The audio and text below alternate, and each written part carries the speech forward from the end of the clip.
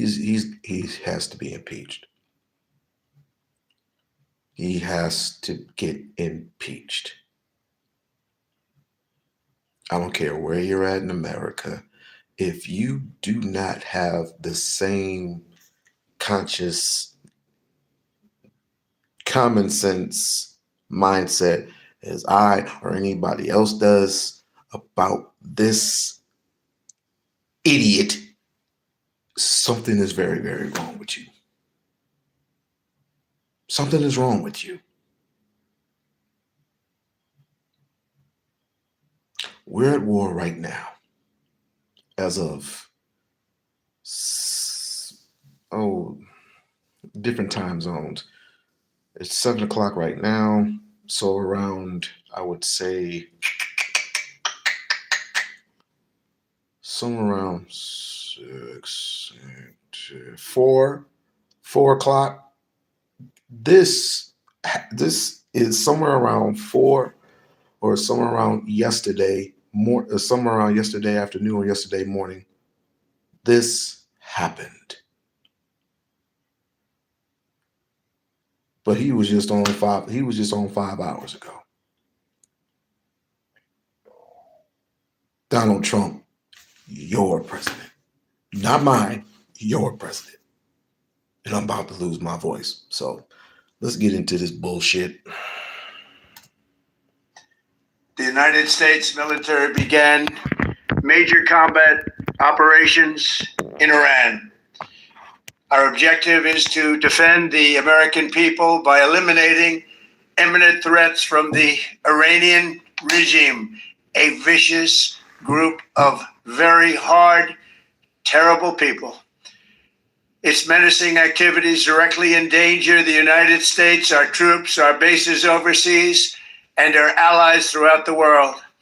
For 47 years, the Iranian regime has chanted death to America and waged an unending campaign of bloodshed and mass murder, targeting the United States, our troops, and the innocent people in many, many countries.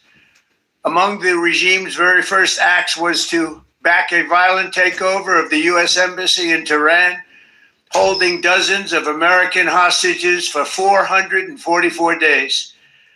In 1983, Iran's proxies carried out the Marine barracks bombing in Beirut that killed 241 American military personnel. In 2000, they knew and were probably involved with the attack on the USS Cole. Many died. Iranian forces killed and maimed hundreds of American service members in Iraq. The regime's proxies have continued to launch countless attacks against American forces stationed in the Middle East in recent years, as well as U.S. naval and commercial vessels in international shipping lanes. It's been mass terror, and we're not going to put up with it any longer. From Lebanon to Yemen and Syria to Iraq, the regime has armed, trained, and funded terrorist militias that have soaked the earth with blood and guts. And it was Iran's proxy, Hamas, that launched the monstrous October 7th attacks on Israel, slaughtering more than 1,000 innocent people, including 46 Americans, while taking 12 of our citizens hostage. It was brutal, something like the world has never seen before. Iran is the world's #1 state sponsor of terror, and just recently killed tens of thousands of its own citizens on the street as they protested. It has always been the policy of the United States, in particular, my administration, that this terrorist regime can never have a nuclear weapon. I'll say it again, they can never have a nuclear weapon. That is why in Operation Midnight Hammer last June, we obliterated the regime's nuclear program at Fordow, Natanz, and Isfahan. After that attack, we warned them never to resume their malicious pursuit of nuclear weapons, and we sought repeatedly to make a deal. We tried. They wanted to do it. They didn't want to do it. Again, they wanted to do it. They didn't want to do it. They didn't know what was happening. They just wanted to practice evil. But Iran refused, just as it has for decades and decades. They've rejected every opportunity to renounce their nuclear ambitions, and we can't take it anymore. Instead, they attempted to rebuild their nuclear program and to continue developing long-range missiles that can now threaten our very good friends and allies in Europe, our troops stationed overseas, and could soon reach the American homeland. Just imagine how emboldened this regime would be if they ever had and actually were armed with nuclear weapons as a means to deliver their message. For these reasons, the United States military is undertaking a massive and ongoing operation to prevent this very wicked, radical dictatorship from threatening America and our core national security interests. We're going to destroy their missiles and raise their missile industry to the ground. It will be totally, again, obliterated. We're going to annihilate their Navy. We're going to ensure that the region's terrorist proxies can no longer destabilize the region or the world and attack our forces and no longer use their IEDs or roadside bombs, as they are sometimes called, to so gravely wound and kill thousands and thousands of people, including many Americans. And we will ensure that Iran does not obtain a nuclear weapon. It's a very simple message. They will never have a nuclear weapon. This regime will soon learn that no one should challenge the strength and might of the United States Armed Forces. I built and rebuilt our military in my first administration, and there is no military on earth even close to its power, strength, or sophistication. My administration has taken every possible step to minimize the risk to U.S. personnel in the region. Even so, and I do not make this statement lightly, the Iranian regime seeks to kill. The lives of courageous American heroes are lost, and we may have casualties. That often happens in war. But we're doing this not for now. We're doing this for the future, and it is a noble mission. We pray for every service member as they selflessly risk their lives to ensure that Americans and our children will never be threatened by a nuclear-armed Iran. We ask God to protect all of our heroes in harm's way, and we trust that with his help, the men and women of the armed forces— You don't believe in God. We have the greatest in the world, and they will prevail. To the members of the Islamic Revolutionary Guard, the armed forces, and all of the police, I say tonight that you must lay down your weapons and have complete immunity, or in the alternative, face certain death. So, lay down way your past weapons. 18. You will be treated fairly with total immunity, or you will face certain death. Finally, to the great proud people of Iran, I say tonight that the hour of your freedom is at hand. Stay sheltered. Don't leave your home. It's very dangerous outside. Bombs will be dropping everywhere. When we are finished, take over your government. It will be yours to take. This will be probably your only chance for generations. For many years, you have asked for America's help, but you never got it. No president was willing to do what I am willing to do tonight. Now you have a president who is giving you what you want. So let's see how you respond. America is backing you with overwhelming strength and devastating force. Now is the time to seize control of your destiny and to unleash the prosperous and glorious future that is close within your reach. This is the moment for action. Do not let it pass. May God bless the brave men and women of America's armed forces. May God bless the United States of America. May God bless you all. Thank you.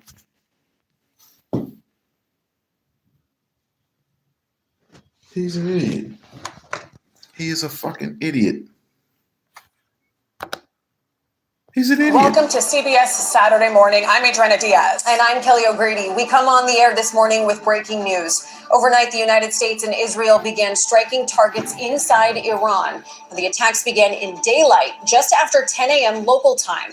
Explosions rocked Iran's capital, Tehran, and large plumes of smoke were seen near the offices of Iran's supreme leader. In an address posted to Truth Social, President Trump confirmed U.S. involvement, saying major combat operations are underway, and the objective is to defend Americans by eliminating, quote, imminent threats from the Iranian regime. The United States has built up a massive military presence in the Middle East over the past few weeks as the president has pressured Iran to abandon its nuclear program. This morning, Iran state television says it has launched a counterattack on U.S. bases across the Middle East. Israel is on heightened alert, with cities canceling school and closing workplaces this morning. Let's begin our coverage with CBS News senior national security correspondent Charlie D'Agata, who is in Tel Aviv. Charlie, good morning. Good morning to you, Kelly. At roughly 8:20 this morning here, as you said, around 11 o'clock, 10 o'clock in Tehran, air raid sirens rang out, alerts across Israel on our phones. And that was not incoming missiles, but a warning to Israeli citizens that a war was underway. Stay close, take to shelter, stay off the streets. As you said, schools were closed. It was described as a joint military operation between the United States and Israeli forces, a preemptive strike. This is what you want? Is this necessary? So I got an idea. Why don't you send your kids over there to fight in the war that's unnecessary? Send your kids over there.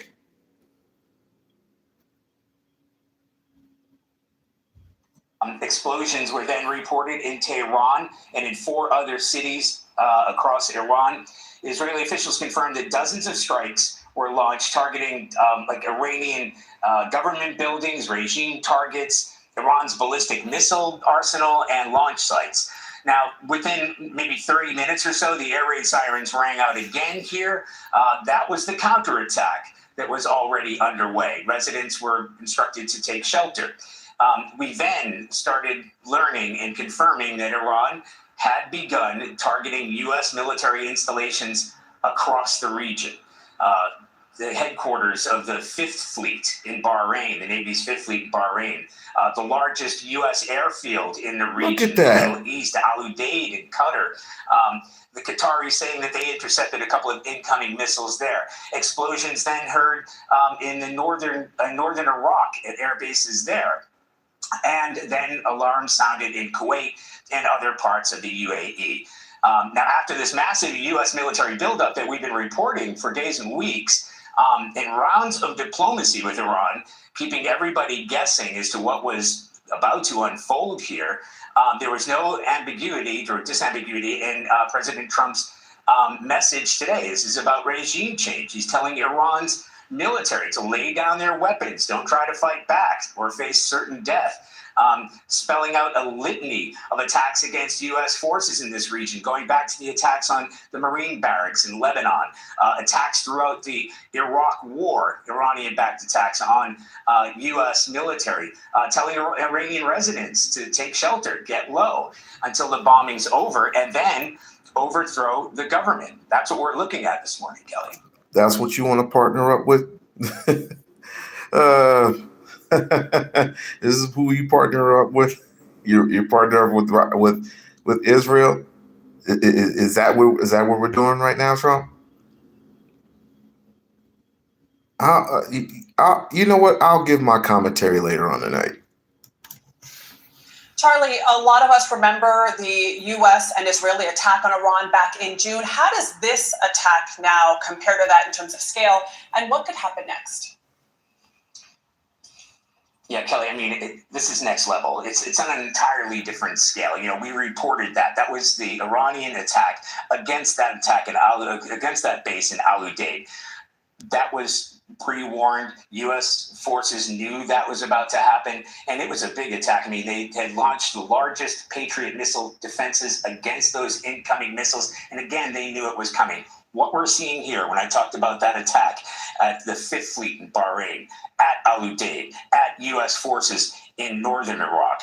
This is on a scale and a level with no warning, going after essentially everything that they can go after. And I also have to mention, the United States and Israel isn't just going after targets inside Iran. We're also learning that they're going after Iranian-backed militias inside Iraq. So this has spread. You talk about Kuwait, the UAE, United Arab Emirates, the attempted attacks in Bahrain, Al Udeid, and the amount of missiles that are being fired. And here, we've had to take shelter maybe 5 or 6 times, I think, this morning. So this is on the next scale, nothing like what we saw last June. So, in other words, you're doing all of this because of what? It's not because of the mineral. It's not positive. It might be a couple of things. It could be because of the minerals. It could be because of, the things that make nuclear weapons. But more so, your goddamn temper tantrums. To show the world, to show the United States how much of a president you proclaim to be. You're no president to me. You're a fucking realtor. And you're going to get people hurt. And I don't want to hear not one goddamn consumer to come in my live chat. Never mind. I'm going to let Lisa handle that. Charlie Daggett in Tel Aviv, we are so grateful to have you on the ground bringing us this information. We're going to check back in with you soon. All right, well, this morning we've already heard from President Trump that the U.S. has begun major combat operations in Iran. The president said the strikes were aimed at destroying Iranian missiles and taking out Iran's navy. We go now to CBS News White House correspondent Willie James Inman, who's in Florida traveling with the president. Good morning. Hey there, Kelly. Good morning to you. The president posting overnight that video message on Truth Social announcing the U.S. military operation in Iran. And he also mentioned that American lives could be at exactly stake because no, he don't need any. No, he doesn't need anything. That's the point. He doesn't need anything. He needs to sit his old ass down.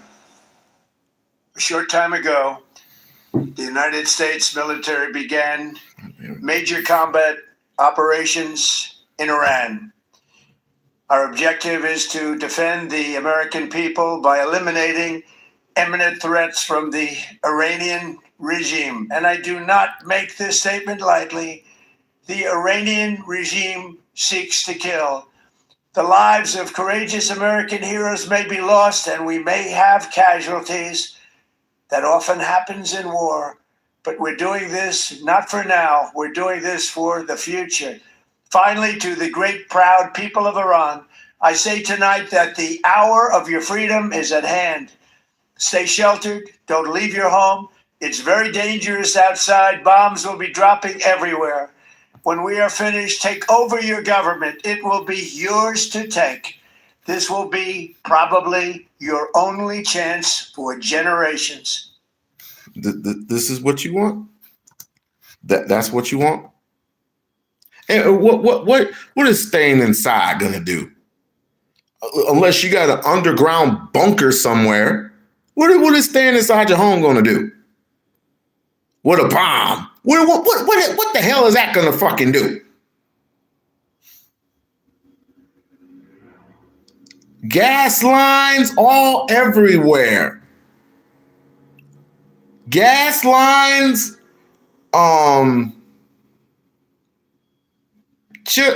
radiation, and you voted for this? Don't come and look at me in my fucking eye ever and said this was justified. I might ask my wife for bail money if it comes to that. If I ever see you in person, I might have to go to jail just for the purpose of stupid niggas just acting stupid. Stupid.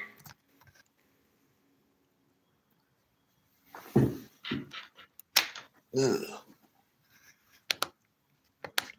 What the hell went wrong? Oh, I don't know how I did that. We know, of course, that the U.S. and Iran have been involved in those indirect talks and I negotiations about Iran's nuclear program just this past week. Steve Witkoff, the special envoy for President Trump, and his son-in-law, Jared Kushner, were in Geneva, Switzerland. You see the picture there, talking about ways to curb Iran's nuclear program. Now, the Omanis were handling and mediating these conversations. The Omani foreign minister had essentially talked about an optimistic way that the U.S. and Iran could somehow come to an agreement in an interview with our own Margaret Brennan just yesterday. It's unclear what happens to those talks now amid this strike that we have seen play out in the past couple of hours. And we are, of course, waiting to hear from President Trump. He could, of course, make a public statement. But in the past couple of days, he has expressed frustration, essentially saying that he's not happy with the progress of those negotiations and conversations thus far. And we are seeing some congressional reaction following these strikes by the U.S. and Israel. Close allies of the president, Senator Lindsey Graham of South Carolina, posting this. He said, "The end of the largest state sponsor of terrorism is upon us. God bless President Trump, our military, and our allies in Israel." We're getting some Democratic response as well from Arizona Democratic Senator Ruben Gallego, who's an Iraq war veteran. I'll point out, he says young working class kids should not pay the ultimate price for regime change and a war that hasn't been explained or justified to the American people. We can support the democracy movement and the Iranian people without sending troops to die. Now, we are learning that the Secretary of State, Marco Rubio, who is also the National Security Advisor, has notified at least some of the so-called Gang of Eight, those top members of Congress who are notified oftentimes in these national security situations. We are also learning via our reporting from our own Nancy Cordes, via a person familiar, that some of these members were surprised by the scale and scope of this operation, saying we didn't have a hint that the strikes would be so expansive or the goals would be so broad, alluding to the possibility of regime change and the scope and scale of this operation that we have seen thus far. Now, we have reached out to the White House for comment. We have not heard back at this moment. And as I mentioned, the president could make another statement, another public statement at 8. Yeah, and those bombs, and guess what? One bomb hits the American soil. I want you to say, no, don't do anything. Don't do anything, Lisa. Don't do anything, Barb. Don't do anything, Lisa. Let these idiots just flood the chat. Because truth be told, if a missile can hit the range of American soil, and it can reach American soil, and it hits your children, hits your property, I want more. I want more of the same thing. Yeah, God bless Trump. Come on, all of you. God bless Trump. I want all of you. God bless Trump. Let's see where this goes. Let's see where this fucking goes. Any moment today, but at least for now, there are no public events on his schedule, Adriana. Willie James Edmond, thank you so much. For more, let's go to CBS News national security contributor Samantha Vinograd in our Washington newsroom. Sam, good morning. So our viewers are waking up, seeing this enormous news and wondering why now? Well, Adriana, the Iranian regime has terrorized not just its own people, but Americans for almost 50 years with its support for surrogate networks or proxies, its development of its nuclear program, its ballistic missile program, and more. Why now? According to the administration, the Iranian regime has retained its focus on developing its missile program, its support for proxies, and importantly, its nuclear program. As you may recall, the Obama administration did negotiate a deal to curb the development of Iran's nuclear program, to limit its enrichment.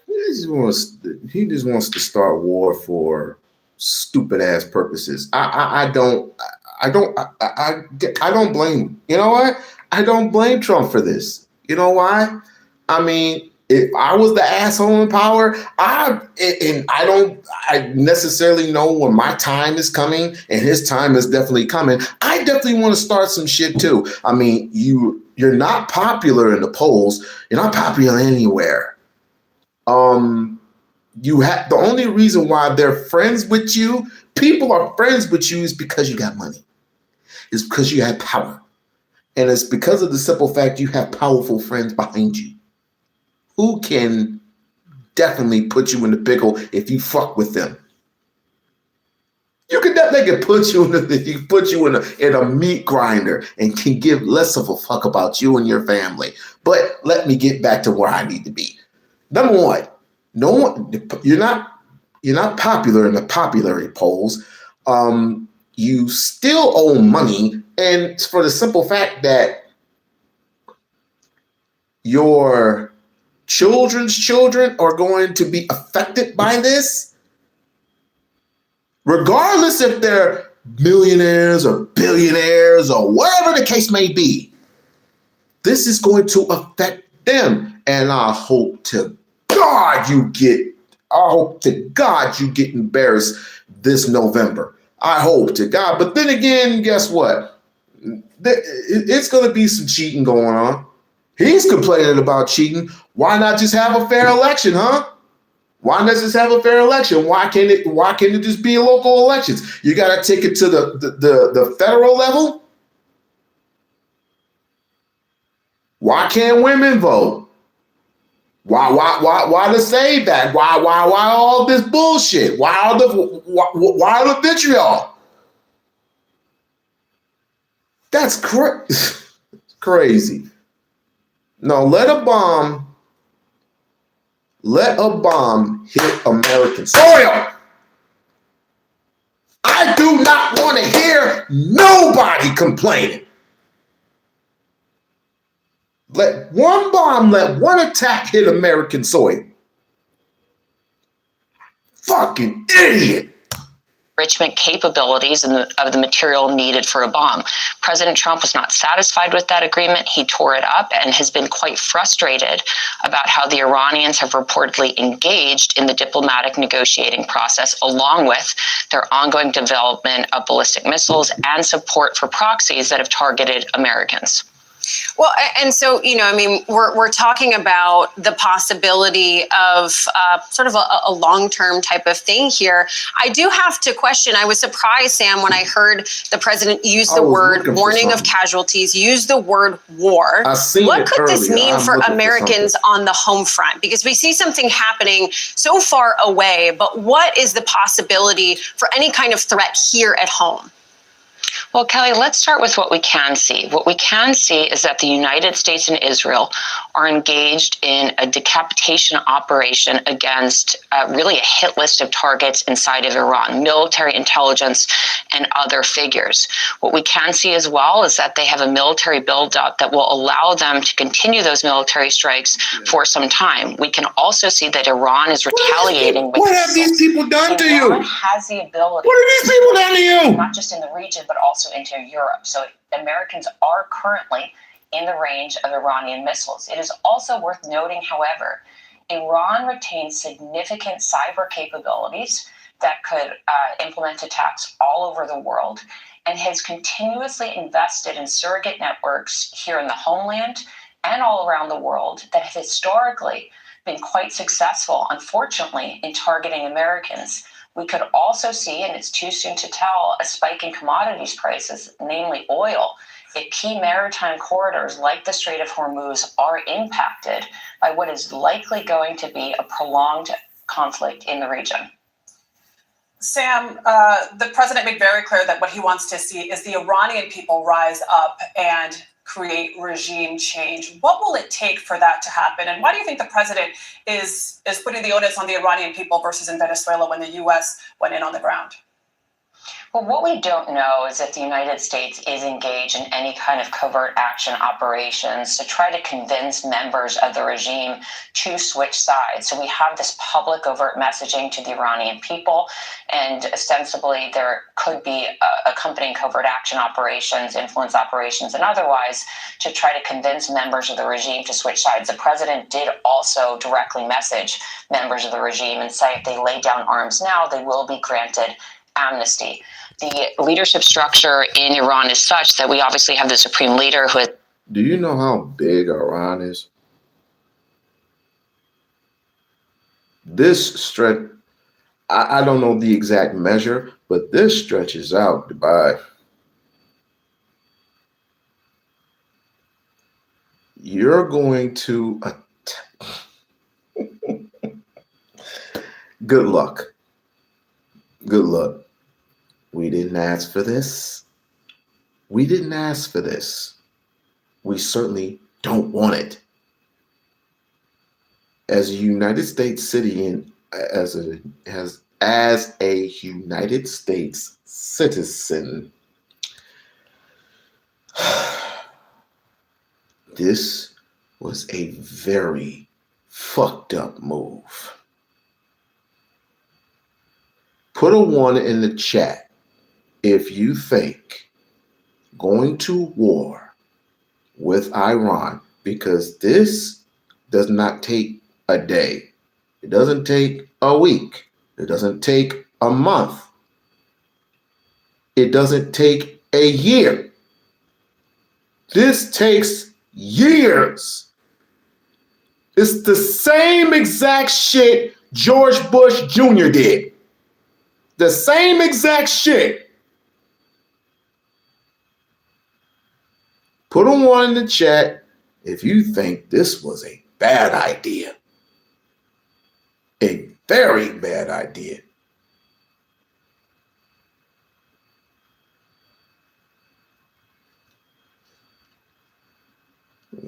You send your fucking kids over there. Are you fucking kidding me? You're that thirsty. You are that thirsty. You are that thirsty for this. This is incredible. This is incredible. Only white people, not all, but only white folks would declare war on property, the war on property, the war on drugs. But how about declaring war on homelessness, huh? Why don't we declare war on that? Whatever happened to that? All these homeless people running around, you want to declare war on homeless? Just a bunch of idiots. Has been in hiding and underground for some time. We have the president, and then we have key security officials like the head of the Iranian Revolutionary Guard Corps, the head of the Ministry of Intelligence, and others who are critical to responding to these strikes by the United States and Israel and maintaining the actual stability of the regime. So it will certainly take a lot of pressure on the regime through military strikes. There's been sanctions for some time, as well as more than likely other lines of effort and covert action to try to convince key regime figures to lay their arms down, so to speak, and to leave the regime. I can't find it. Sam, appreciate your time and expertise this morning. I can't find it anywhere. Oh. Well, let's just go back to our breaking news story that Israel has launched a preventative attack against Iran. That's according to Israel's defense minister. Apparently, air raid sirens have been heard in Tel Aviv and Jerusalem. Witnesses say that they've also heard explosion in Iran's capital, Tehran. Sirens sounded in Israel as Israel warns of the possibility of missiles. That's the latest breaking news we're getting here. Let's just stay with this story. Sorry. There was something I've heard. I heard a little birdie. I just wasn't paying attention. And it wasn't on CNN. Was it on News 10? I gotta look at it. I don't know if it was on News 10 or wherever it was. Oh my goodness. Maybe it was on it. And bring in Al Jazeera's Noura Day. She's in Ramallah for us in the occupied West Bank. Noor, just tell us what's going on in Israel at the moment. Well, right now, the Israeli army has confirmed that it has launched what it calls a preemptive attack against Iran. It has declared a state of emergency throughout the country and asked citizens to be close to a shelter, whether in their homes, a safe room, or a public shelter.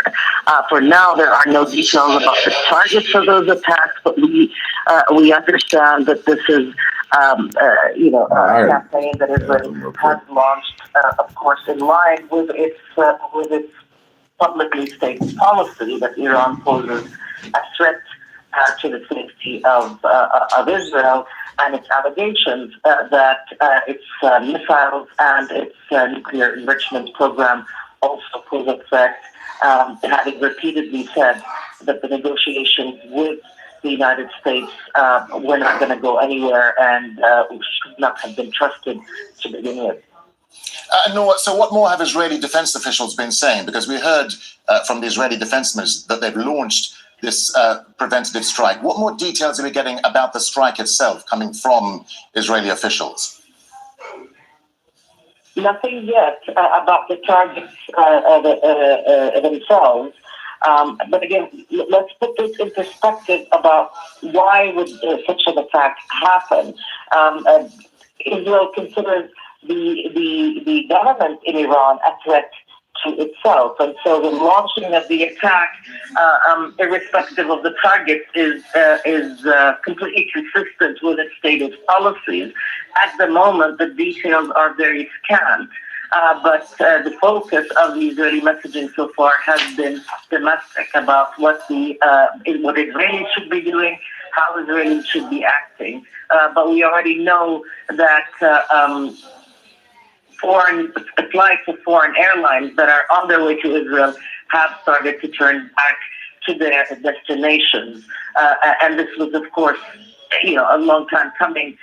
We've seen over the past 24 hours some airlines canceling flights, some countries calling on their citizens to leave Israel while flights are available. That started with Mike Huckabee, the U.S. ambassador to Israel, telling his staff they can leave the country if they choose to do so because of the tensions. And now we know that those warnings were warranted. Other countries like the UK, France, and others had followed suit. No, you've been covering this story for us for some time now. Would this preemptive strike by Israel have been given the green light by Washington? Most definitely.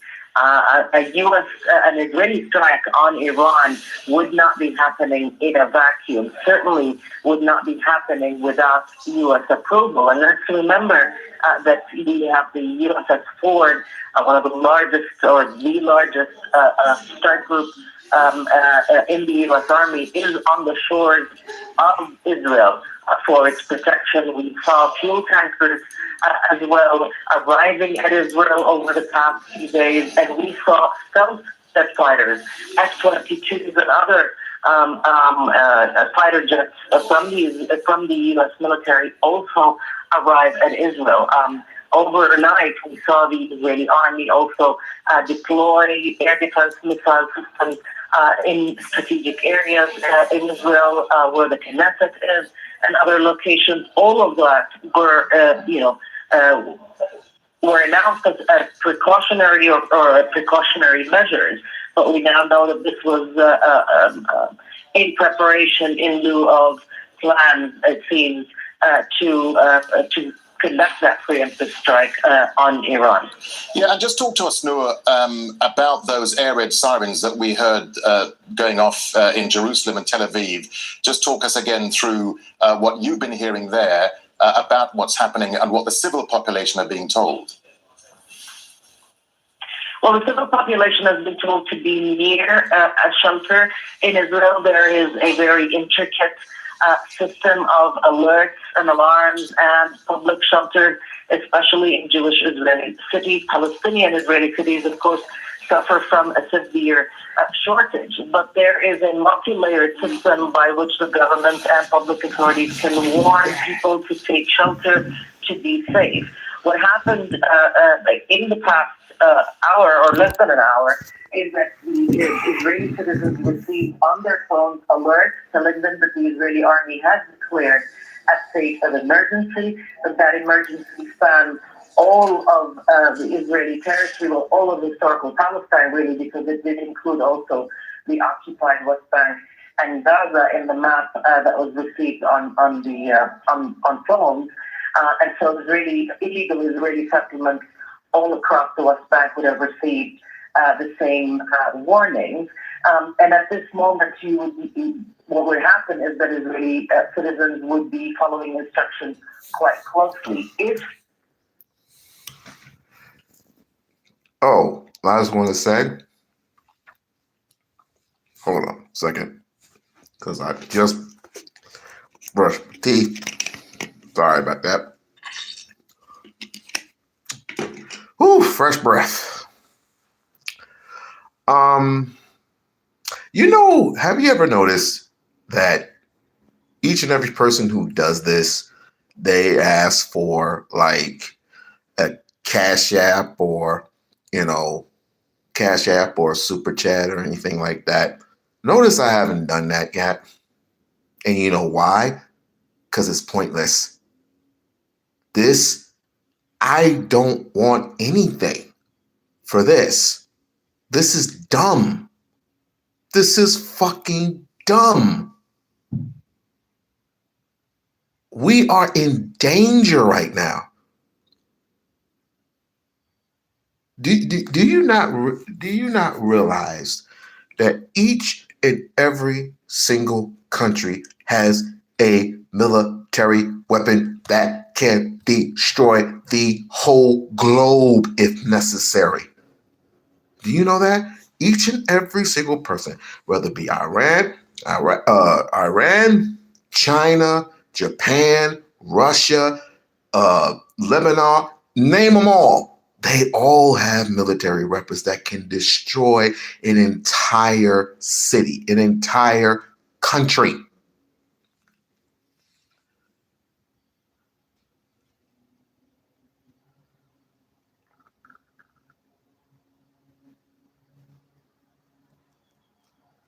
I can't name it because I'm gonna get flagged.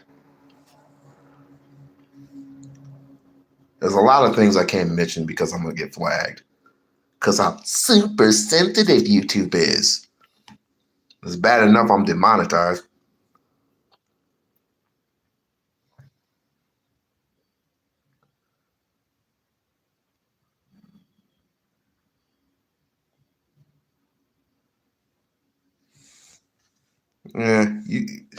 Guess what? Your mom wasn't smart either when she had you. Your mama wasn't smart either when she had you. Matter of fact, I'll go find where you live and go smack the bitch. Anyway. Sirens go off again, alerting for a possible counterstrike from Iran, and that would be a different thing, but we are not there yet. We are now in the phase of Israel launching that attack and then possibly bracing for retaliation. But for now, it is just warning. It is assuring the public that Israel is ready. Of course we got nukes. The United States has nukes. But guess what? Everybody has nuke now. Everybody got nuke now. And you remember there was one point. Oh, I'm sorry. You know there was one point in time where Kim Jong-un, the young kid, he was testing out nukes like a motherfucker. He was. You know how they say that the father or the son out succeeds the father, which means he is more worse and more menacing than than the father ever was. That's what I believe. If you, oh my goodness, and who knows if they overthrow him, which we don't know when that's going to be, because this is going to go on and on and on and on. And like I said, if it hits American soil, I want all these Trump support. Ooh, I wonder, is Dean Withers on? Anybody know Dean Withers on? Is he on? Because I know he's covering this. Is this not working? Oh, my bad. I was wondering. Front Command is ready to give instructions in all areas, and that only essential activities will continue. So there is a ban on educational activities, gatherings, and going to places except for essential services. Basically, Rashad, all life activities, all ordinary activities have now halted in Israel because of this strike on Iran. What's over in 2 weeks? Just hearing now from the AP news agency, just sort of backing up what you've been saying there. Both AP and Reuters. Robert, what's over in 2 weeks? Military that schools across Israel are now closed. The public have been informed to work from home.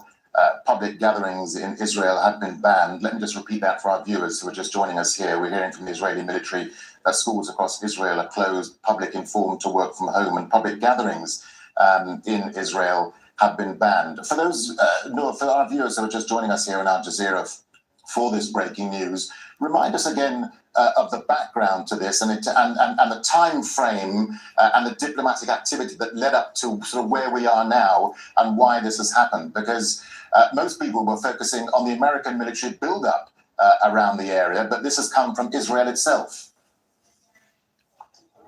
Yes, it has. And this was something that a lot of observers had been contemplating, whether this confrontation with Iran would start with an Israeli attack. But as you said, to understand what is happening now, maybe it would be helpful for our viewers to go back to June of 2025. In that month, Israel launched strikes against Iran, several strikes in fact, and a 12-day confrontation ensued between the two countries in which Iran and Israel suffered heavy losses from those strikes and counter-strikes. Now, the allegation in Israel is that Iran is preparing weapons-grade a nuclear stockpile, something that Iran rejects categorically, is something that has not been verified by any independent authority, including the IAEA, which had signaled its concerns from its observing missions about the enrichment, the fact that it was quite high, it was at 60% in certain sites. But those sites, those nuclear sites, were bombed. Now, that confrontation concluded with U.S. intervention, bombing two of the facilities, of the largest facilities, most protected facilities by B-2 bombers from the United States, and then a ceasefire was called. In the past 2 months, there have been escalating tensions that started after U.S. sanctions basically collapsed the Iranian economy. There were protests, large-scale protests in Iran, and Iranian authorities were accused of cracking down very heavily on those protests and killing hundreds of people. The U.S. President Donald Trump had signaled that he would attack Iran because of accusing it regarding its nuclear facilities, nuclear program, its ballistic program as well, and its crackdown on protests. Israel all along has been quite enthusiastic about these events. The Israeli Prime Minister, of course, has been advocating for toppling the government in Iran for decades, not just since June of breaking news. Hold on. Breaking news.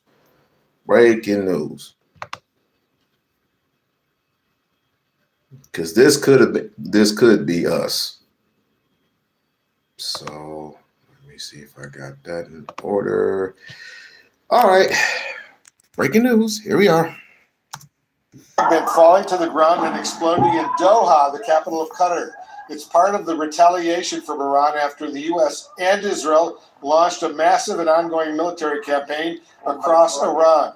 U.S. embassies across the region are now telling Americans to shelter in place, and just in, the State Department is now urging all U.S. citizens in Lebanon to get out while commercial options are still available. Let's go live right now to see that's Paula Hancock, who's joining us from Abu Dhabi. Paula, you and your teams are hearing new explosions where you are all the time, right? Yes, Wolf, there was another wave of incoming missiles, or at least we heard the blasts of what we assume to be the interceptions by the defense here in the UAE. This has been happening for our... Well, you want to help me out? Street Justice, you want to help me out? And I can always use some help. There you go. Now, so we're certainly seeing no let-up in the retaliation from Iran. We've heard from the Ministry of Defense here in Abu Dhabi saying that they have been intercepting missiles. They also say that one person has been killed by falling debris after an interception. We've seen images of smoke near the Al Dhafra base here in Abu Dhabi as well, so potentially not all of those missiles were intercepted, but we're certainly seeing no let-up in this retaliation. We've seen it as well in Doha in Qatar. They just recently had another wave of incoming missiles. Officials there saying that they are intercepting them as they come in. There are shelter-in-place orders across the Gulf nations. Airspace has been closed, we know, in Bahrain, where the US Navy's Fifth Fleet is based, that they have been targeted as well. And the same in Kuwait. We have heard reports in Jordan as well. Hit the like, hit the subscribe button. Like, share, subscribe, like, share, subscribe. There is anger as well as concern amongst these Gulf nations that they have become targets themselves. Many of them had said to the United States they were unable to use their bases if they were going to strike Iran. They had said that their airspace must not be used as well, as they wanted to put some distance between themselves and what the US president was ultimately going to decide to do. We've heard statements, for example, from... Okay, I have a question for you. Where was Saddam Hussein stationed?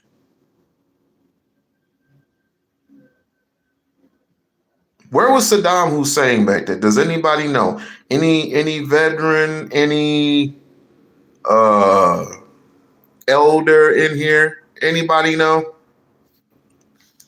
Saudi Arabia saying that they give the strongest condemnation of this blatant and cowardly Iranian attacks, also pointing out that there have been incoming into Riyadh and the eastern province.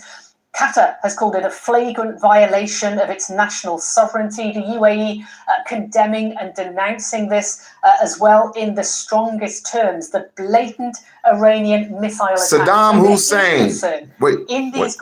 Wait, where Saddam Hussein? Where was he at that time? Where was Saddam Hussein?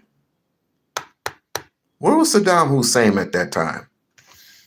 Nations who are unaccustomed to this level of intense missile attack, but there is also anger that they have found themselves on the receiving end of this as well. Remember back in June when the US and Israel carried out those strikes on the nuclear... We went Iraq? Okay, got you.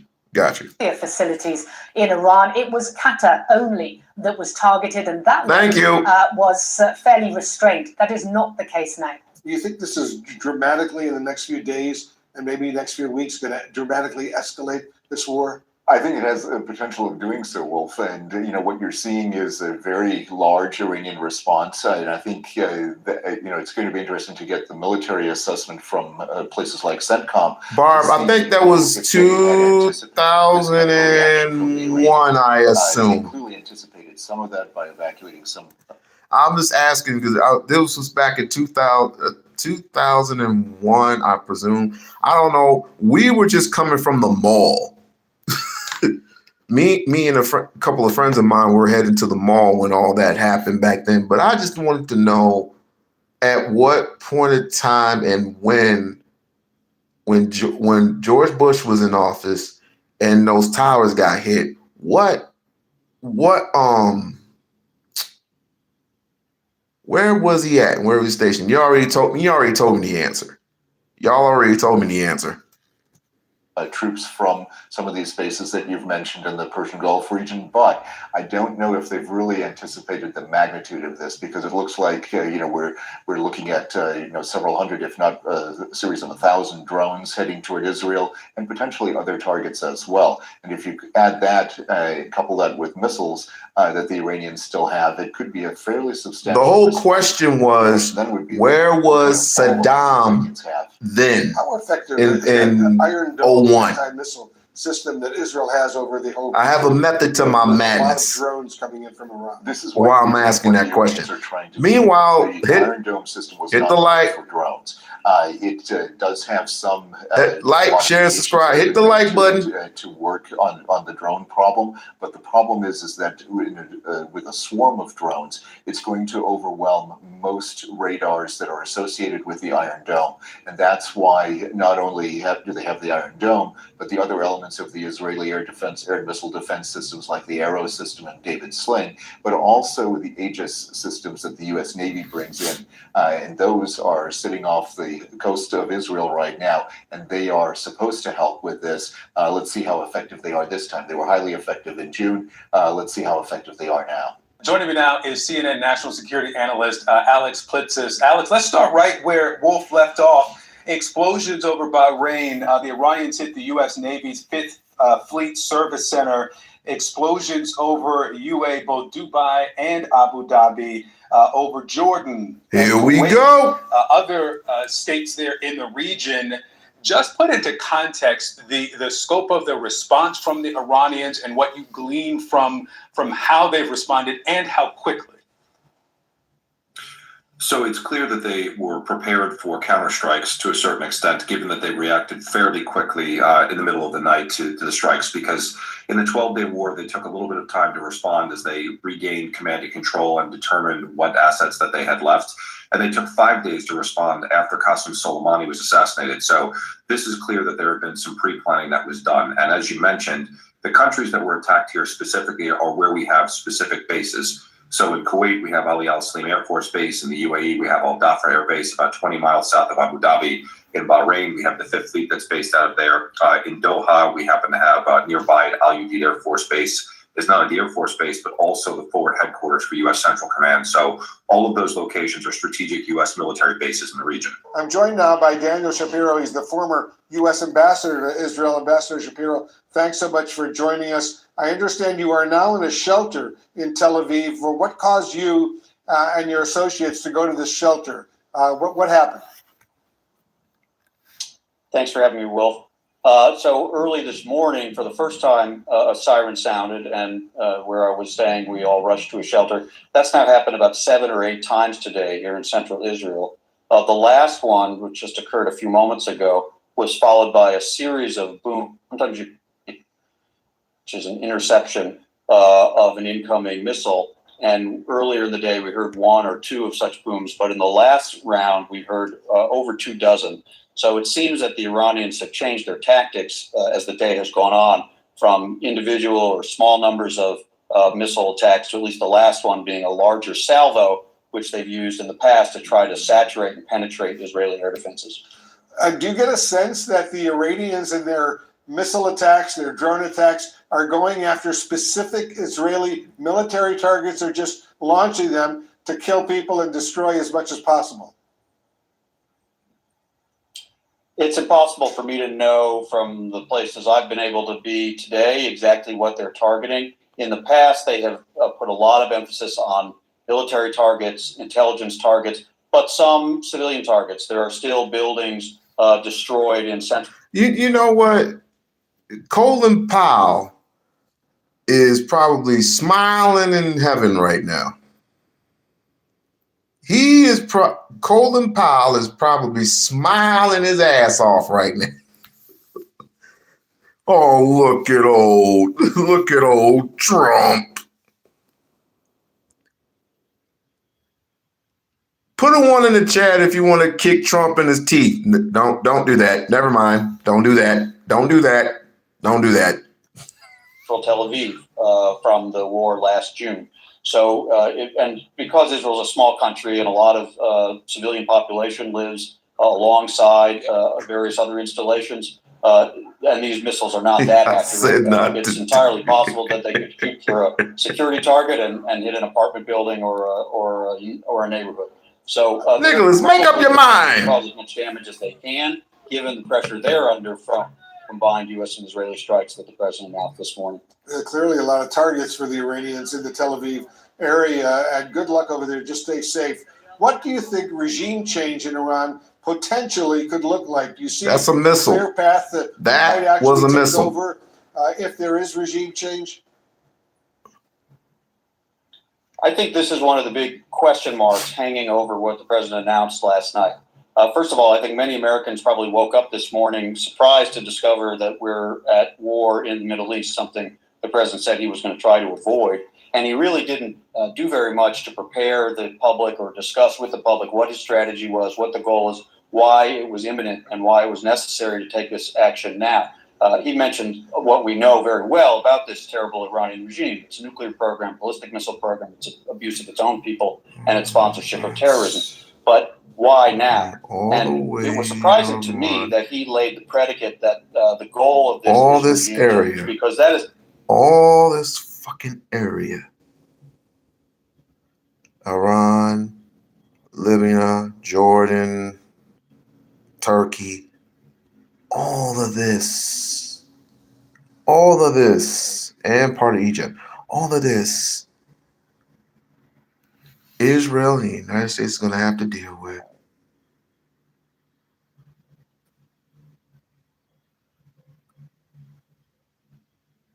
All that is going to have to deal with. All that right there. The dangers that they're going to have to deal with. And I don't know why it spilled over into, I don't know why this shit is spilling over all up into Africa. I don't know why. I do not know why.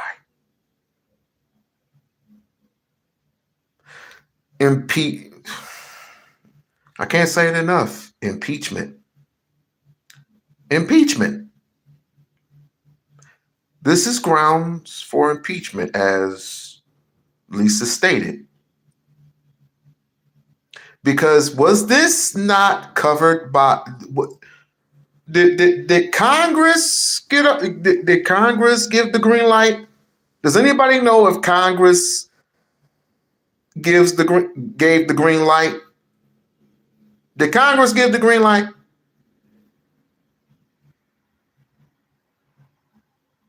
Thank you, Supreme Court. Thank you. Thank you. Judge Roberts, all you trick bags, all of you, thank you. Thank you so much for this. Thank you. Thank you for giving immunity and powers to this lunatic. Thank you. Thank you so much. Thank you. not something that can be done just by airstrikes. What he said, and he's probably right about this, is that only the Iranian people on the ground are going to be able to overthrow the regime and replace it with something else. But replace it with what? Most intelligence experts who you consult with suggest the most likely near-term replacement for the current regime is a military dictatorship under the Iranian Revolutionary Guard Corps. Beyond that, it's a big question mark whether there is a sufficiently consolidated opposition, whether it can be done peacefully or democratically, whether different splinter groups, ethnic or regional splinter groups, might try to break away from the main state. So it could be a very chaotic situation, even if the president's goal of regime change is successful.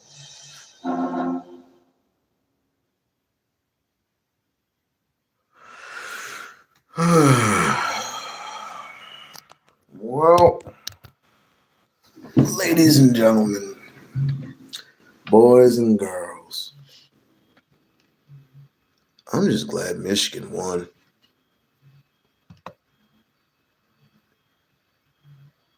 Why does Trump want Iran? Good. The United States of America and Israel have always taken the position that they can literally have their cake and that they can eat it. In the short to medium term, they may think that that is true. But in the long term, it is what creates resistance. It is what creates organizations and energizes organizations such as ISIS. So that you may think that you are safe as a nation, but your people are not safe. Move the Pahlavis before they restored themselves. And after that, the agitation by the Ayatollahs led by Ayatollah Ruhollah Khomeini. And that is how in 1979, the Americans now come into the fore a lot more visibly during the administration of Jimmy Carter. And you remember it is during that period that there was a siege of the American embassy for 444 days. And 52 American diplomats were held blindfolded. Sidebar. Lisa, Barb, this is your fault. Your fault. I got up and I was going to go to the gym today. But it was you.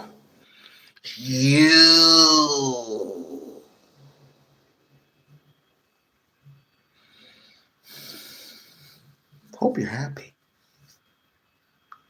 Like, share, and subscribe to the channel. Like, share, and subscribe to the channel.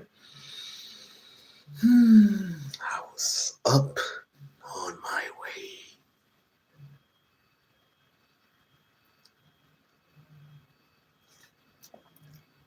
Patrick, you sound like an intelligent person. I'm going to ask one simple question. I can't get more simple enough. I want to ask Patrick a question in the chat since I want to ask him a question. Patrick, are you ready? This is simple. This ain't advanced. This ain't next level. This is a simple question. Is this what you want? This right here. Is this what you want? I'm not being a smart ass. I'm not being none of that. I'm asking you genuinely, is this what you want? Why? What's the purpose? What's the purpose if you don't have to be at war at all? What's the purpose?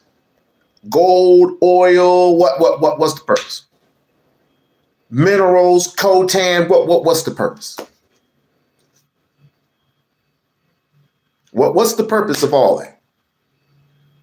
What is the purpose of excuse me?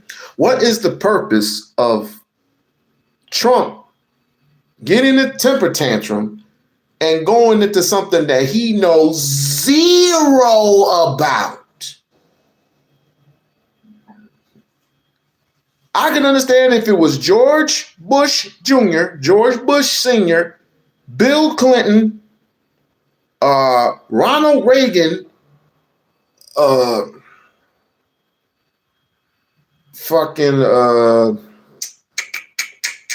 Ross Perot. I can't name them all. What's the purpose? What is the purpose? I'm asking, what's the purpose? What is the purpose?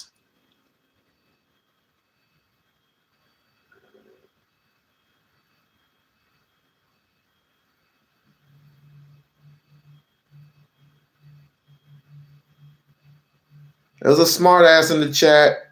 You know what to do.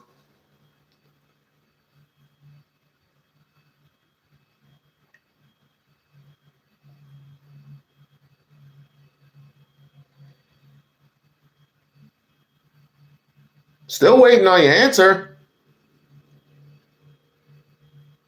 Come on, we need personal doubt. Well, that's timed out by. Oh, too late. Too late. Obviously, I got snipers. Leave Obama out of it. Leave Obama out of it. He's not the president. It always goes back to Obama. And of course, humiliated.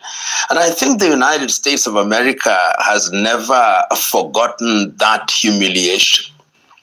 And in as much as the Ayatollahs then came into office with Ayatollah Khomeini becoming the spiritual leader, and we had different presidents, Rafsanjani, Rouhani, and then late Ahmadinejad. And what one saw was the demand by the Ayatollahs that there is only one way of running Iran, through a theocracy. And then the accusation that they were trying to be a nuclear power, and their closeness initially to the Soviet Union and to Russia. So there has been a combination of issues. And that, of course, very quickly led to a number of issues leading up to the Iraq-Iran war between 1980 and 1988. And after that, the economies started suffering, despite the reforms that were instituted, particularly during the populist administration of Ahmadinejad. Attempts to use oil to improve the quality of people's lives.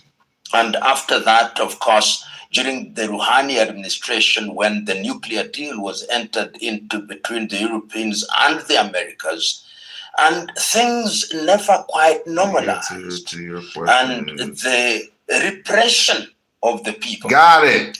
You have a society which is aware of what is happening in the world, the freedom that are enjoyed by everybody or most people in different parts of the world, and a theocracy which wants to dictate what you wear, the place of women in society. And that is how in the year 2022, when the young lady Masamisi dies in prison, that was when we saw people coming out into the streets of Tehran and other places, in which this is a continuation of what started in the year 2022. The people had conquered fear, but right now the situation is exacerbated because of the sanctions. The Iranians cannot sell their oil freely. The Iranians cannot access the markets freely. They cannot borrow, and their currency has been devalued in a manner that has never been seen in many parts of the world. And that has made the people begin to rise up. And they are rising up on a number of issues. They are saying we want greater freedoms. They are saying the economy is so bad that we want to see improvement. But the reality is that the economy cannot improve. And one can see that in the very reconciliatory messages from both the spiritual leader or the Ali Khamenei and President Massoud. The demonstrations have been going on for almost 3 weeks, but they are not coming out with violent language, if you may. And one of the things that they are now doing is to externalize the problem. They are saying, we know we have domestic problems, but we can see the hand of the United States of America. We can see the hand of Israel. And as regards Israel, you remember in the month of June, the year 2025, there was the 12-day war. And that war, in my view, has never been concluded. There was a very loose agreement, which was midwifed by the United States of America, and there is an armistice of sorts. But technically, Iran and Israel are at war, which then begs what is happening now. What is happening now from where I sit is that you have an administration which is a theocracy, an administration that is going through a constitutional crisis. There is a younger population of Iranians who think that their country should be administered differently. There are economic problems, the remnants of the Pahlavi regime. And we are being told that one of the sons of Mohammad Reza Pahlavi is actually one of the prime movers of the demonstrations that are taking place in Iran now. Whether true or not, we do not know. We are being told that the Israelis are also somehow having some control via an invisible hand. We are told that the Americans are also present. And in the case of the Americans, they cannot escape indictment because their President Trump is saying, you touch any of the demonstrators and we are locked and ready to bomb you. So that is the situation in which Iran finds herself. And as we speak now, they are on high military alert because they are thinking that in the same way that it happened in Venezuela, the Americans may very well parachute in, seize Massoud, the president, seize Khamenei, the supreme leader, and seize other people. And we must remember during the 12-day war, the Israelis were able to eliminate senior scientists, so that there is a possibility that this can happen. I know many commentators take the view that what happened in Caracas cannot happen in Tehran. But even if it is not an exact replica of what happened in Caracas, the Americans are capable of entering into that space and creating a vacuum, therefore. And if a vacuum is created, then what will ensue is chaos, and we don't have to look far. When Saddam Hussein was eliminated in Iraq, you've never seen Iraq go back to factory setting, if one may use that metaphor. So Iran finds herself in a very difficult situation because of a combination of legitimate domestic problems, a constitutional crisis, and external problems, which all conjoined only spell one word: danger. You know, whenever you see a country going through a crisis of the kind that we see. Like, share, and subscribe. Like, share, and subscribe. I don't know why I can't get this on StreamYard. There's 123 people in here, and I don't know why I can't get that on StreamYard. I don't know why. Oh, I do know why. I've been shadow banned.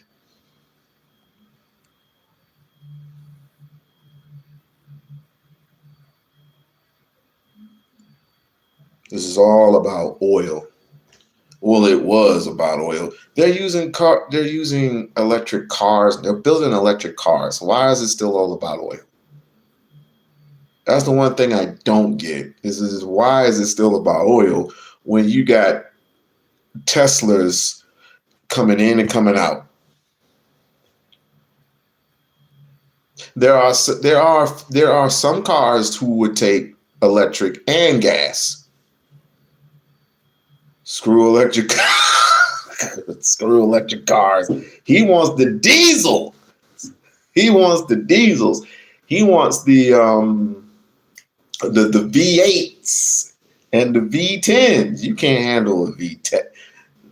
I bet you none of you can handle a V12. Oh, wait, that's Ferraris. My bad. V10s. I bet you none of them. But some of them electric cars can go. Some of them electric cars can, yeah. I've seen electric cars go, especially using jet fuel. You can use jet fuel in your cars. You didn't know that, did you? Although you'll have a hard time controlling the bitch. So this is obviously something that obviously I need to read into. Thanks, Barb. Something I need to read into because obviously it's more than what some of us know. Maybe the baby boomers know more because this all goes back histories. But this bum doesn't know anything. This bum who is sitting pretty on $1.3 billion does not know anything. Nothing. He knows nothing about war. I don't know how simple and plain I could be about that. In Iran, it means that institutions are no longer responding to the needs of the people. Yeah, we'll see how awesome he is when he gets indicted. We'll see how awesome he is then. Let me ask you a question. How many of them girls he done broke? Oops, was I supposed to say that? Was I supposed to say that? Did you hear what he said about his own daughter?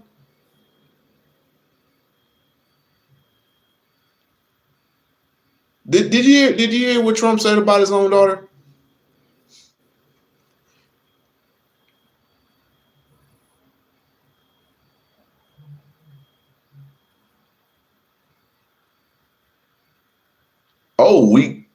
We do. The reasons may be many, but let us trace history a little. During the days of the Pahlavi regime, in the 1979 revolution that was led by Ayatollah Ruhollah Khomeini, the argument was that the Pahlavi administration had become oppressive, they had become corrupt, they were no longer serving the interest of the people, and that therefore what Iran needed was a new constitutional dispensation that gave pride of place to Islam, United States and articulated by the Ayatollahs, which is the Shia version of Islam.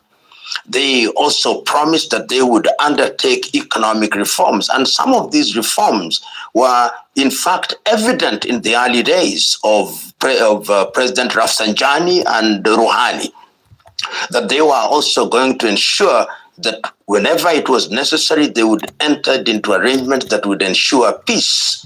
So they made sense during that period that there was need to remove the Pahlavis. And even during the 444-day siege, one of the demands for Americans was return to us these corrupt individuals that we may punish them. Then came the 1980 Iran-Iraq war, which devastated the economy. And after that war, and in 1989 following... Whoa. Save all that later. I'm a freaking goofball. Wait a minute. I know what I'm doing. I got it on pause, duh. Let's see if I can. All right, cool.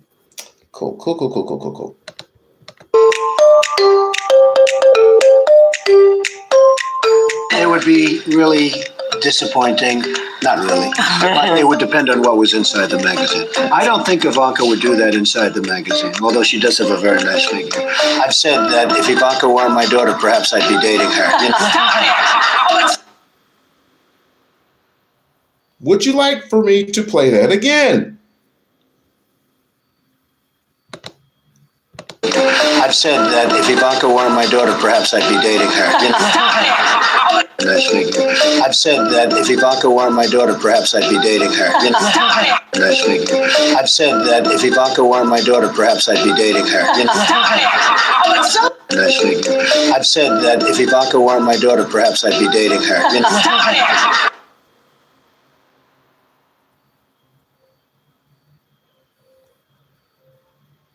What black man would say about that to his own love? About his own love? What black man would say about it? Oh, it gets worse. It gets worse, ladies and gentlemen.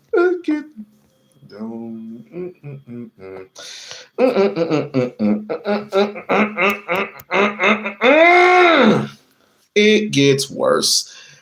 And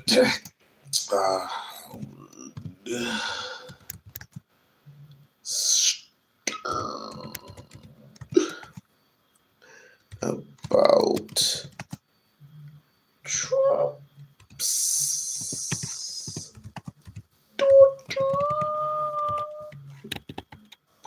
personally, I'd have kicked his teeth in if it were me, but some people feel a little different.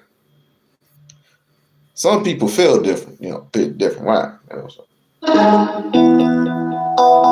Vast is the last couple of years away. Your daughter, she's beautiful. Can I say this? A piece of ass is, by the way, your daughter. She's beautiful. Can I say this? A piece of ass. The last couple of years, I go out with somebody, and she's like, by the way, your daughter. She's beautiful. Can I say this? A piece of ass. The last couple of years, I go out with somebody, and she's like 21, and she's talking about, what are you doing? She's studying algebra. And, so what?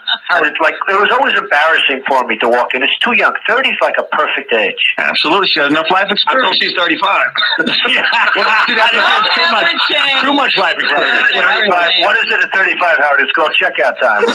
And you're probably, I would say, the greatest judge of beauty on this planet. In fact, I would create a TV show for you where all you did was just judge women. Now, that may be the best idea of all. It's a simple thing. It's a half hour, and we strip it out all over the country. I would say I'm the all-time judge. You own this pageant. You go over, you're meeting the girls. It's like one of them comes up to you and says, Mr. Trump, you're a very sexy man. You're a beautiful man. You have fantastic hair. Well, you're a powerful man. Right? You're a powerful man. Right. I want to sleep with you. Now, you're not the type that would say no. I don't want to hurt their feelings. Right. No, right. But I mean, you see a beautiful woman, you want to have that. You're a guy who likes to have everything. Right? Well, couldn't that be construed, however, as conflict? Yes. Well, I don't see it as a conflict. It could be a conflict of interest, but it's the kind of thing you worry about later. Oh, I see. You tend to think about the conflict a little bit later on. The question is, how can it not be construed? No, I mean, some of these foreign girls, Mr. Trump, in my country, we say hello with vagina. And, well, you could also say, as the owner of the pageant, it's your obligation to do that. So you have done that. I'll tell you the funniest is that I'll go backstage before a show. Yes. And everyone's getting dressed and ready and everything else. And, no men are anywhere. And I'm allowed to go in because I'm the owner of the pageant, and therefore I'm inspecting it. I'm inspecting. Right, I want to make sure that everything is good. You're there. Yeah, the dress. Is everyone okay? They're standing there with no clothes. Is everybody okay? And you see these incredible looking women. And so I sort of get away with things like that. By the way, your daughter, she's beautiful. Can I say this? A piece of ass. Yeah. The last couple of years, I go out with some. By the way, your daughter, she's beautiful. Can I say this? It's a piece. You would say that shit because you're probably white. And I expect white people to say some dumb shit, some dumb, ignorant ass boy pornography bullshit. I would expect you to say that. So it's quite obvious. So it is what it is. Y'all motherfuckers are disgusting, to be perfectly honest with you. It's just 13 years ago. I don't give a fuck if it was 40 years ago. Would you entrust? I want to point out that it's not all white people. Some people get super sensitive about the shit. I want to ask my brothers and sisters in the chat. Would you say this type of shit to your own daughter? Put a 1 in the chat, or put a 2 in the chat. If you wouldn't, put a 1 in the chat if you would. I'll wait.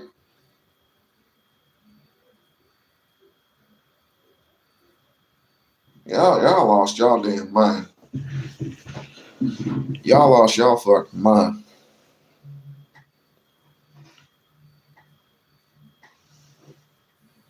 Y'all lost y'all damn mind. Oh, all of them need to go. No, Corey Holcomb has called his daughter like a whole bunch of stupid ass names. That we would like literally grab them and punch them in the mouth. It was like you don't do that to babies. But putting his hands and letting some random stranger say that about my daughter,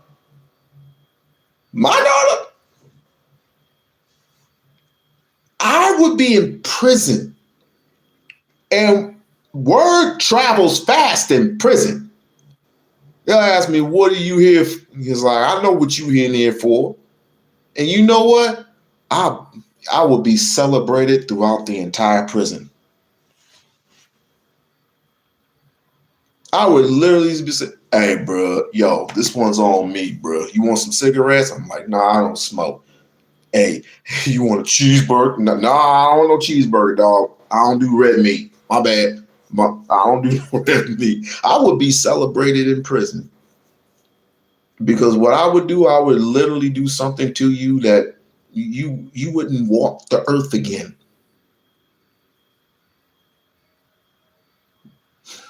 Y'all, well, y'all white folks are, oh, that's all right. That's my daughter. She's used to it.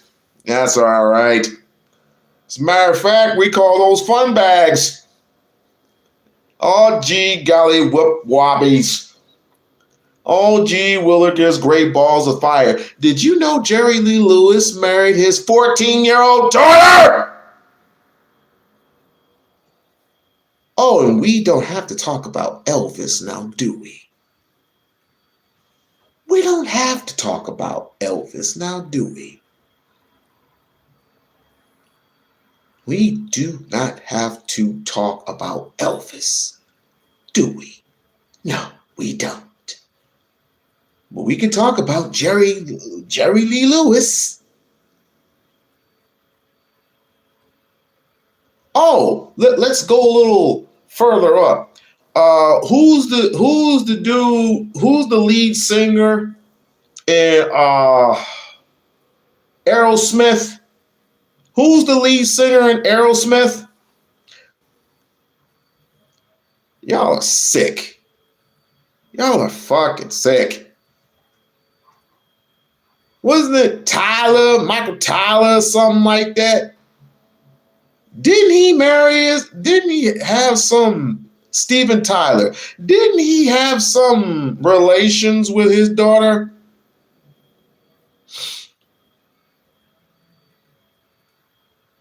Oh, my bad, Lisa, my bad. We went off the rails a little bit. My friend, I'm so sorry. Sick son of bitches. Just sick. Anyway. The death of Khomeini and the rise of Khamenei, the whole idea of the economy being improved, oil subsidy, fuel subsidies to ease the burden of the people, legitimized the regime. But then the economy started going down. And the people started asking, but the economy is not improving. The quality of our lives are not improving. Our currency is becoming useless. Our investments are becoming useless. The Ayatollahs are oppressing us even more. Come the year 2022, the young girl is arrested for not dressing according to the code prescribed by the regime. She unfortunately dies in prison. And the women are now saying, we want to be treated like human beings. So as it is now, there is appetite for change.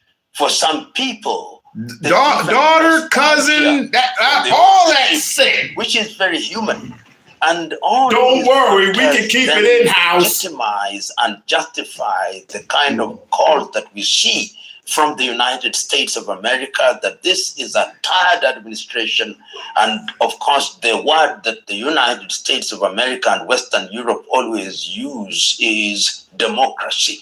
A one-size-fits-all Eurocentric, Americocentric model of governance. And the younger generation are responding to this rhetoric. And I hear some of them saying, what we want is change. We'll deal with what change brings later. A dangerous thing to say, because history is consistent in telling us that when you make change and that change is not orderly, restoring order can take time. But that is an intellectual debate which does not respond with real politique. Real politique is that the Americans would want to see a totally different administration in Tehran. The Israelis would want to see a totally different administration in Tehran, and for specific reason.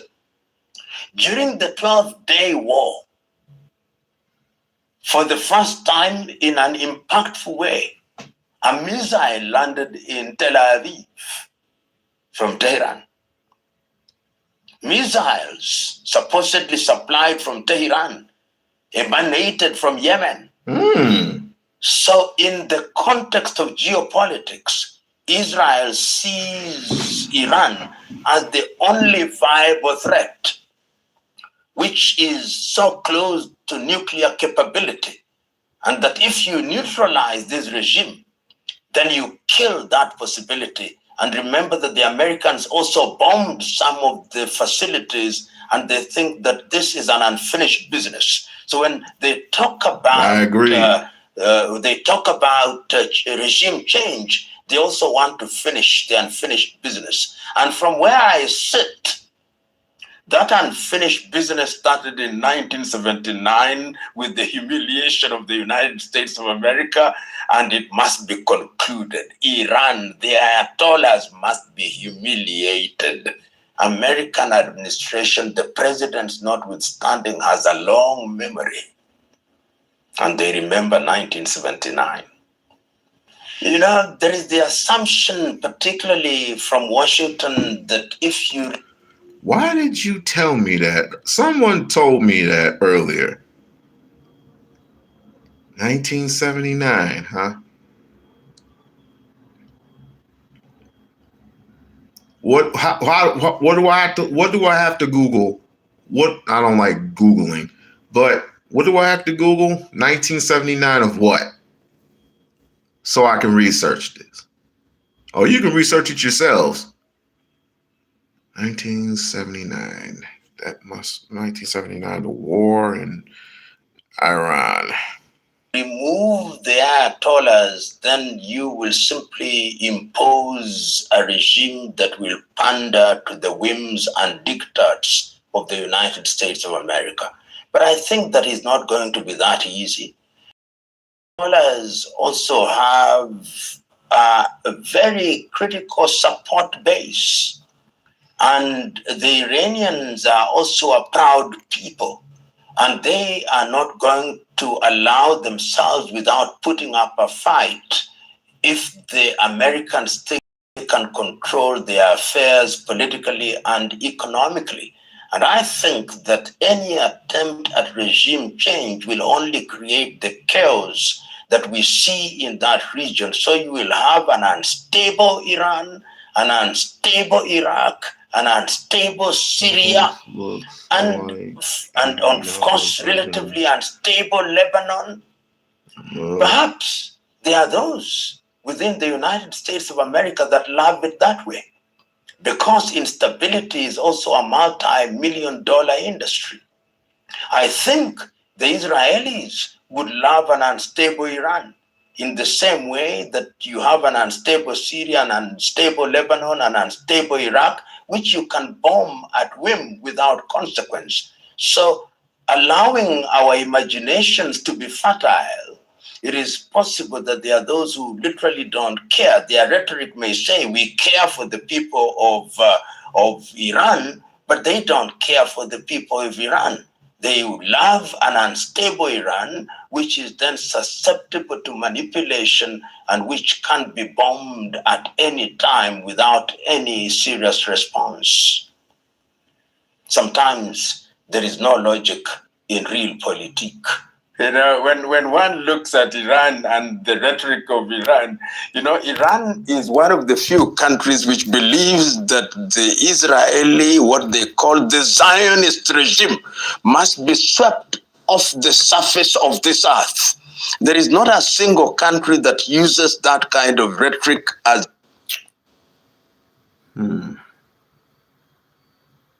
Interesting. Retaliation. The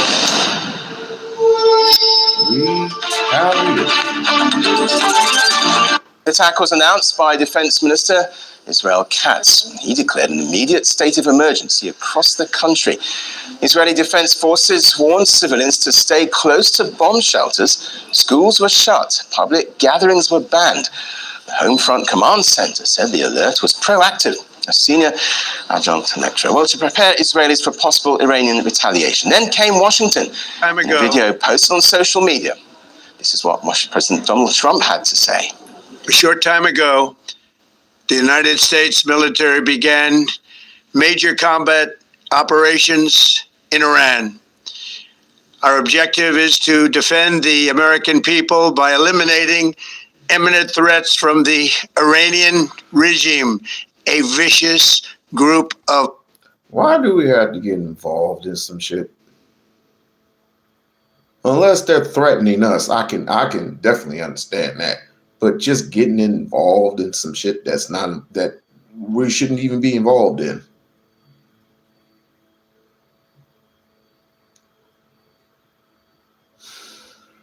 I never understood that. I never understood that from the beginning. But again, we're talking about an idiot here. It's just 6'4" and 300 and some odd pounds of just jello platyism, and he just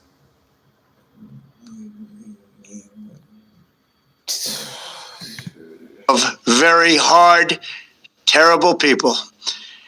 Its menacing activities directly endanger the United States, our troops. Yeah, backing Israel that owns the United States of America. Oh, did we not forget? What? You didn't think so?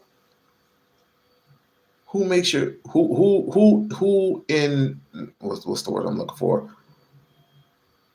Who gives the stamp of approval for your movies?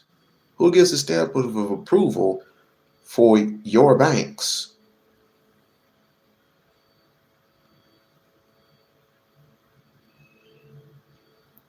Can we please talk to the intelligent people in the room, please? Who know these sort of things? He's 6'2". No, he's 6'4". I've seen Donald Trump before. He is 6'4". It may look like he's 6. I know people who are 6'2". They're not that damn tall. He is 6'4" and lumpy as fuck.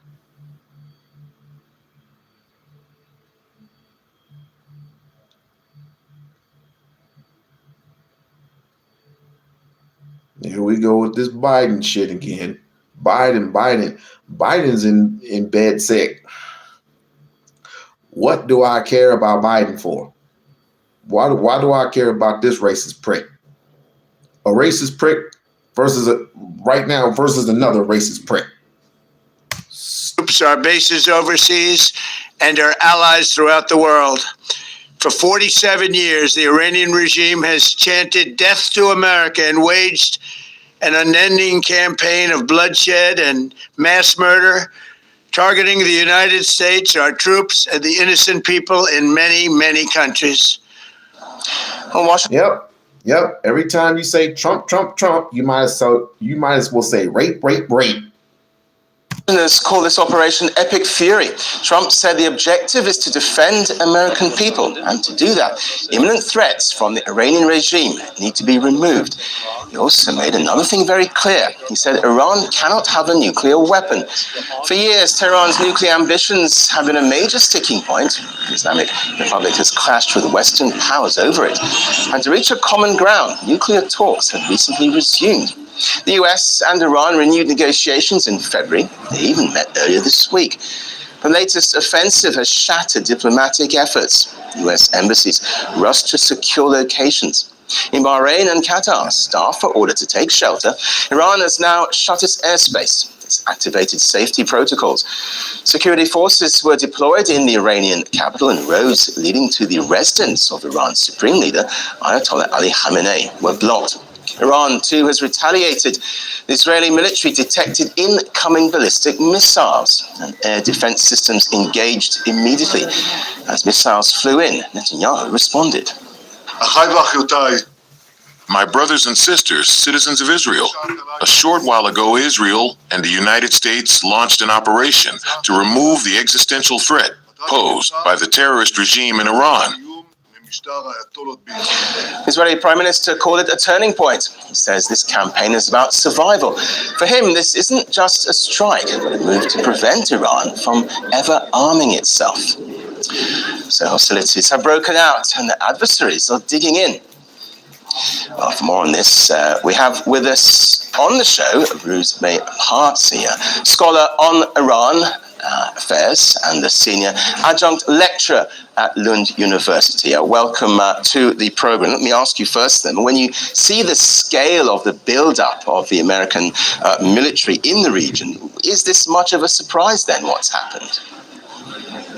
Well, it's not necessarily a surprise that there would be an attack, but I think a lot of us were thinking that Donald Trump would not go as far as he did in his speech, which is to put the level of ambition at regime change, because that gives you a totally different and much... You know what I forgot to do? My bad. I forgot to do this. My bad. Iran. The United States and Israel are waging a war of aggression against Iran. The United States military began major combat operations. I was just seeing that there was something different in Iran. On the 28th of February, the U.S. and Israel launched a surprise attack on Iran. This came at a time when the U.S. claimed that supposedly it was participating in peace talks with Iran, but Washington violated those peace talks and launched what it called preemptive strikes, which is blatantly illegal according to international law. This is an imperialist war of aggression, and it must be emphasized that this has nothing to do with nuclear weapons. Donald Trump gave a speech in which he admitted that the goal of the U.S. is to overthrow the Iranian government and put in power a puppet regime like the CIA did when it carried out a coup d'etat in 1953 against Iran's democratically elected leader. Today, the U.S. empire is once again trying to overthrow an independent government. In his speech, Trump threatened members of the Iranian military and said they must put down their weapons, and if they don't, the U.S. empire will eliminate them. To the members of the Islamic Revolutionary Guard, the armed forces, and all of the police, I say tonight that you must lay down your weapons and have complete immunity, or in the alternative, face certain death. And then Trump openly called for the people of Iran to overthrow their government. Again, this is not about non-existent nuclear weapons. This is about regime change and imperialism. Finally, to the great, proud people of Iran, I say tonight that the hour of your freedom is at hand. Stay sheltered. Don't leave your home. It's very dangerous outside. Bombs will be dropping everywhere. When we are finished, take over your government. It will be yours to take. This will be... You know what? Conservatives are eating this shit up. They're like, this is what we needed. This is what we needed. Slap the shit out your stupid ass. That's what this thing, yeah, you can't, stupid. Yeah, one for good measure. That's what I would literally be doing to these fools. You know, we needed this a long time ago. You know, this affects us too.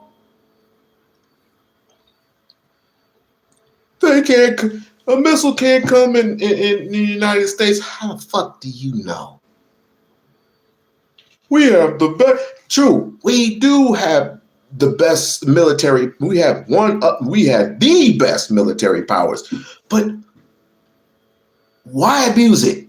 Plus, it costs millions and millions and millions of dollars to have all these people over there. And what does it do to the economy? It's bad enough. Let's not talk about the tariffs now. What other country is going to want to import goods to our country now? Because of all this bullshit that he's doing right now. Stupid ass hell. Probably your only chance for generations. For many years, you have asked for America's help, but you never got it. No president was willing to do what I am willing to do tonight. Now you have a president who is giving you what you want. So let's see how you respond. America is backing you with overwhelming strength and devastating force. But Washington also underestimates the ability of Iran to respond and defend itself. And immediately after the U.S. launched this war of aggression, Iran started attacking U.S. military bases in the region. The U.S. has surrounded Iran with more than 40,000 troops in dozens of military bases and installations. And these are all targets that Iran can and will hit.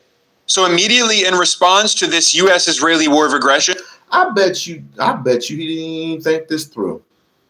I bet you the people who he sat down with, I bet you they never thought this through, did they? Did they? No, they didn't. Iran bombed the Al Udeid air base that the U.S. has in Qatar. This is the largest U.S. military base in the region. And Iran also hit U.S. military bases in Bahrain, Kuwait, and the UAE. And this is just in a few hours after the initial U.S.-Israeli attack. So the arrogance of politicians in Washington can actually end up being their Achilles heel, because Donald Trump came to the wrong lesson after invading Venezuela on the 3rd of January and kidnapping Venezuela's internationally recognized constitutional president, Nicolas Maduro. But Venezuela is much smaller and much weaker than Iran. He said that just before bombing the Iraqi girls' school. He bombed a girls' school?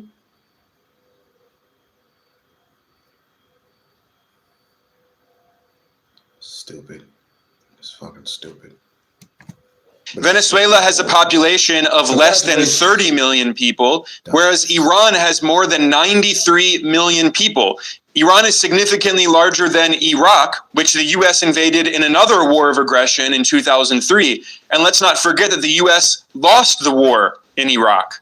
This is why Trump warned in the speech that he gave after he started this war that U.S. troops may lose their lives fighting this imperialist war of aggression. Why? Why? Why would you want them to lose their lives? And for what?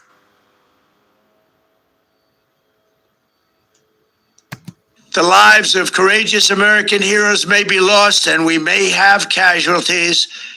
That often happens in war. But we're doing this not for now. We're doing this for the future, and it is a noble mission. We pray for every service member as they selflessly risk their lives. We ask God to protect all of our heroes in harm's way, and we trust that with his help, the men and women of the armed forces will prevail. We have the greatest in the world, and they will prevail. It's bad population control. You got that? It's bad enough that you already have AIDS, Ebola, salmonella, bird flu, bats, COVID-2, possibly, maybe COVID-3. Yeah, I swear to God, if you appoint another dumbass president like this sumbitch right here, we gonna have issues. Oh yes, we're gonna have some fucking issues. The population, we might just have, it's like, no. You don't have to start no wars. We're gonna start a war right here in America and getting some of these motherfuckers out. Because it's hitting America. And let me just. Prime Minister Benjamin Netanyahu published a message on Twitter calling to overthrow the Iranian government. I should remind people that Netanyahu is currently wanted, as we speak, by the International Criminal Court for the crimes against humanity he committed against the Palestinian people. Oh. Something similar to what they tried to do to Fidel Castro in Cuba. Let me tell you a little history about that. Paraphrasing, We want you to side and put aside your differences and work for America. Give up all your belongings and put on that American flag. You know what Fidel Castro said? Fuck you. And went on to freedom and liberty. They tried killing him a dozen times, just like they're trying to kill Ibrahim Traoré. I need to say his name right. Ibrahim Traoré in Burkina Faso. And what is he doing? He's literally doing it. He is trying to make Burkina Faso, West Africa, Dubai. You heard it here first, folks. In Gaza, with the full support of the U.S. empire. And now Netanyahu and Trump are waging another imperial war of aggression. And Netanyahu admitted that this is about regime change. He said, quote, "Our joint operation will create the conditions for the brave Iranian people to take their fate into their own hands, to cast off the yoke of tyranny and bring freedom and peace-loving values to Iran," end quote. So this is the same old colonial rhetoric we heard from the European empires who said they had to civilize the barbaric native populations, indigenous peoples of the lands they colonized in order to exploit their natural resources, to rob them of their natural wealth. And the Western colonialists claimed that they were spreading civilization. It was part of the white man's burden. This is the same rhetoric we hear today from the colonialists in Tel Aviv and Washington. And it must be emphasized, this is not just about Donald Trump and Benjamin Netanyahu. A lot of people are focusing on the internal politics in the U.S. and Israel. You know, the U.S. has a midterm election coming up in 2026. Netanyahu has faced charges of corruption that are very well documented. And certainly Trump and Netanyahu want to increase support domestically, and they want to be remembered in history as the leaders who overthrew the revolutionary Iranian government. But this goes back much longer. This is not just about the individual leaders today in the U.S. and Israel. The U.S. empire has been trying to overthrow the Iranian government for decades. Immediately after 9/11, after the attacks on September 11th, 2001, the former top U.S. military general Wesley Clark, who was a commander of NATO, he revealed that the Pentagon made plans to overthrow 7 governments in West Asia and North Africa.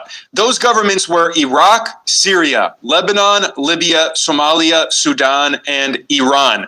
And the U.S. succeeded in overthrowing the governments in 6 of those 7 countries. The only remaining country is Iran. Listen here to this very revealing admission by a former top U.S. military general. And keep in mind, he said this 2 decades ago before anyone ever thought in a million years that Donald Trump would become president. Right after 9/11, about 10 days after 9/11, I went through the Pentagon and I saw Secretary Rumsfeld and Deputy Secretary Wolfowitz. I went downstairs just to say hello to some of the people on the joint staff who would use. You know, we'll cover the rest of this a little later on tonight.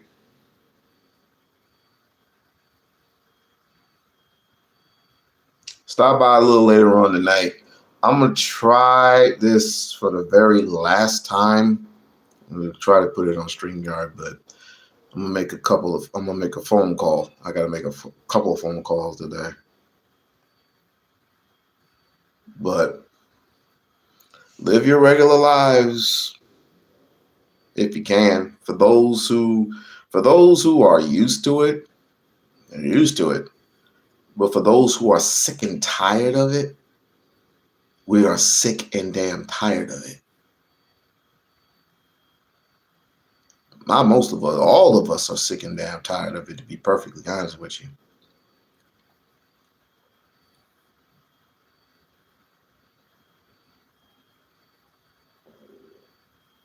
You don't have the answer, Sway.